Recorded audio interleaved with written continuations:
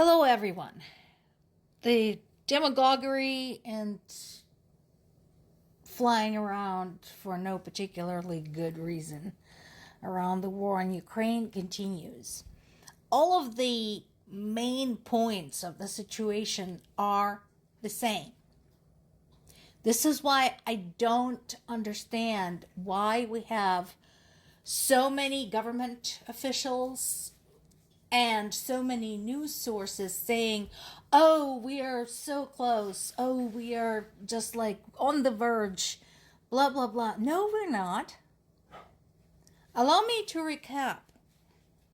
So we have a meeting scheduled between Marco Rubio and Steve Witkoff and Ukrainian delegation in Florida.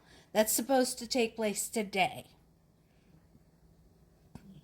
Now, this also includes Trump's son-in-law, Jared Kushner.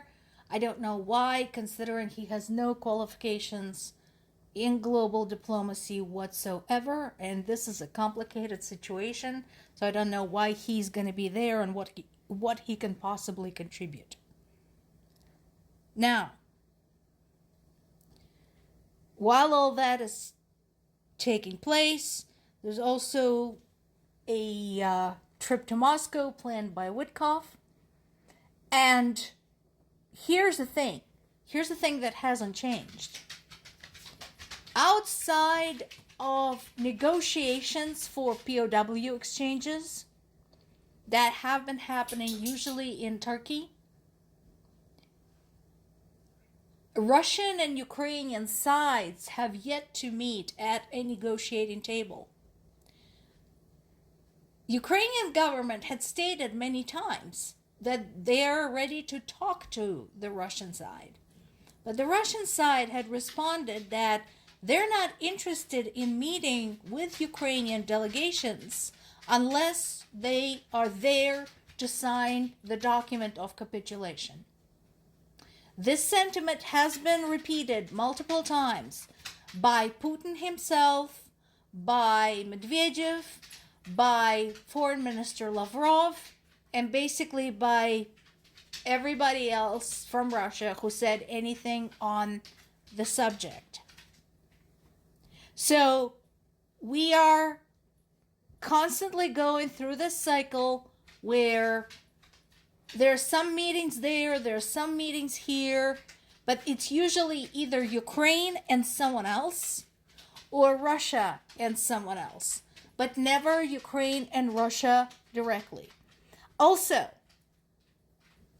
more often than not, actually pretty much all the time, whenever it's Russia and someone else, it's usually Russia and the US, with the exclusion of not only Ukraine, but the European nations who have skin in the game in this, because, again, geographically, they're much closer.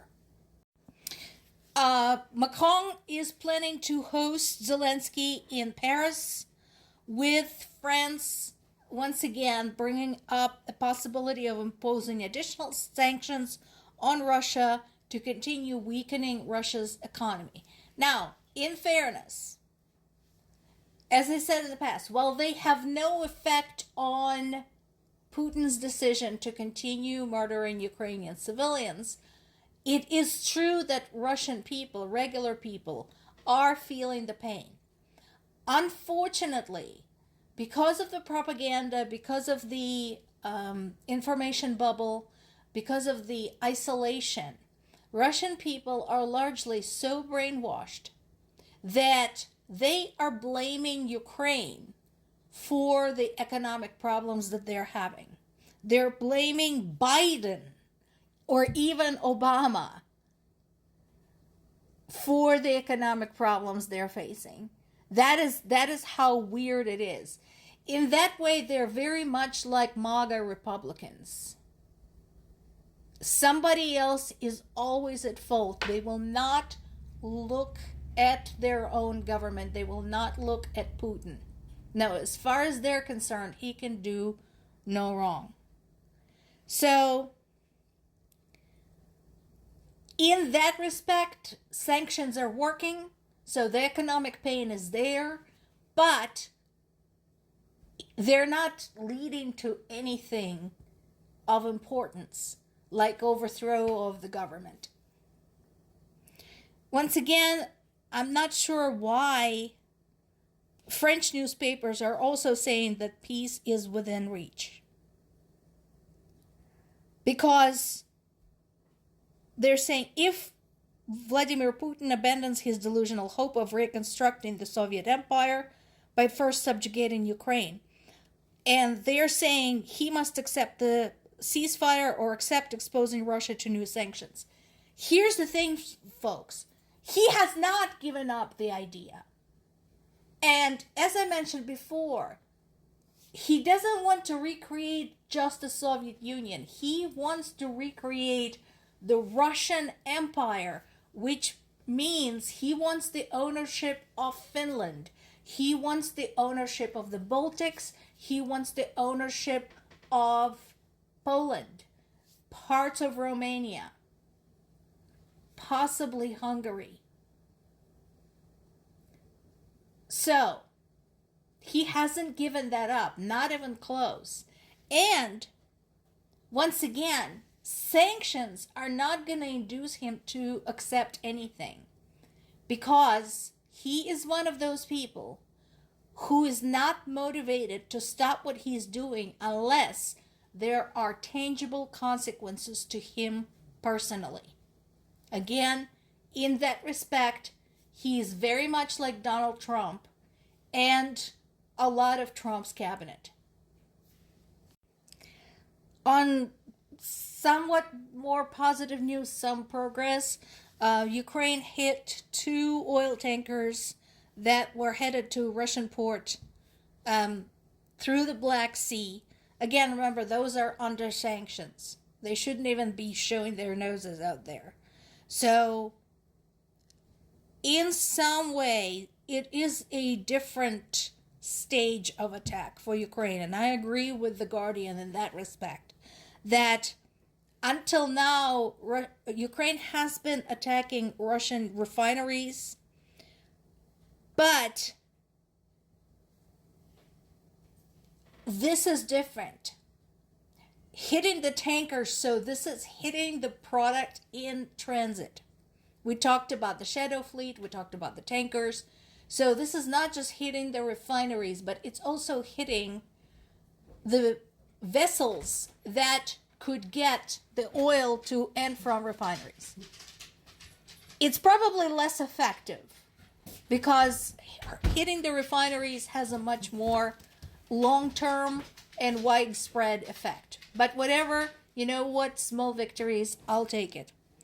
Sadly, of course, there is no good news without the bad news. There's been more horrific attacks. This is, again, one of the biggest. Nearly 600 drones and 36 rockets were fired at Ukrainian cities. 6 people were killed and dozens were wounded. And this not only caused destruction and injury, but also cut the power to the western part of Kyiv, leaving hundreds of thousands of residents without electricity.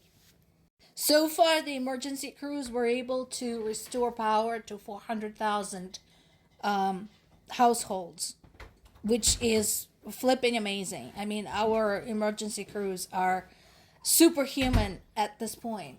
But again, this is just another sign that Russia has no plans for peace, because they're not showing any intention of stopping these horrific attacks against Ukrainian civilians. And Moldova was forced to close its airspace again because of another drone incursion. And again, unless there is armed response to this, these are not going to stop. More to come.